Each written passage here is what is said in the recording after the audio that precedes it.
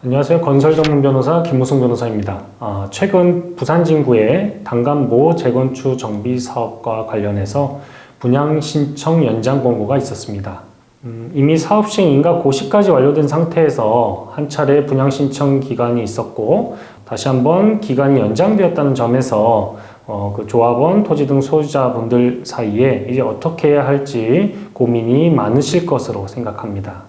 이번 연장 공고는 단순히 절차 안내가 아니라 향후 분양 여부와 관련해서 권리 정리 방식이 날리는 중요한 분기점이 된다는 점에서 반드시 정확하게 이해하고 대응하셔야 할 것으로 생각됩니다. 이번 연장 공고는 단순히 절차 안내에서 그치는 것이 아니라 향후 법적 지위와 정산 방식이 달라지는 중요한 분기점인 만큼 이 점을 반드시 정확히 이해하고 넘어가셔야 하겠습니다. 오늘은 분양 신청 연장 공고가 주로 어떠한 경우에 나오는지, 그리고 연장 공고 기간 동안에 분양 신청을 하지 않은 경우 향후 어떤 절차가 진행되는지에 대해 살펴보도록 하겠습니다. 오늘 재건축 정비사업구역은 2025년 11월 12일 사업 시행 인가 및 고시가 이루어졌고요. 기존 아파트 거주자들을 대상으로 종전 자산평가액과 분담금 추산액은 이미 안내가 된 것으로 보입니다. 여기서 짚고 가야 할 점이 있습니다. 이 자산평가액과 분담금 추산액은 정비 계획 단계에서 제시된 추정 금액일 뿐 확정 금액은 아니라는 것입니다.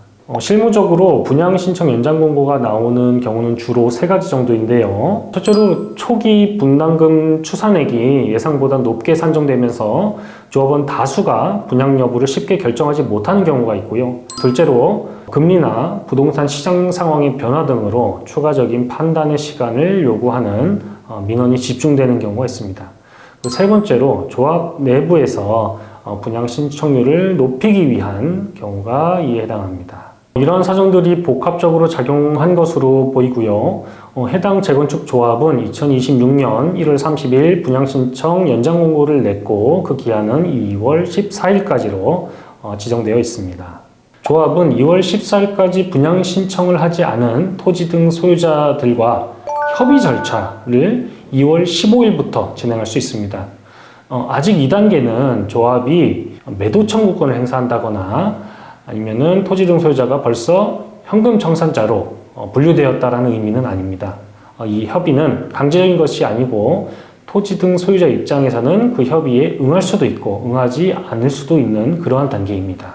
이때 중요한 것은 너무 불리한 조건으로 섣부르게 협의에 응할 필요는 없다는 것입니다.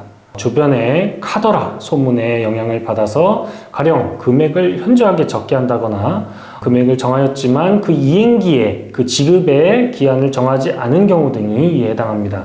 즉, 이 단계에서는 그 협의에 대응을 어떻게 하느냐에 따라서 그 결과가 이후에 매우 달라질 수 있는 그런 구간입니다. 경우에 따라서는 협의에 응하는 편이 시간적으로나 경제적으로 유리한 경우들이 있기도 합니다. 이 경우에는 반드시 사전에 그 협의 단계에서 전문가의 도움을 받아 그 협의사의 검토를 충분히 하신 후에 협의에 응하시기를 추천드립니다.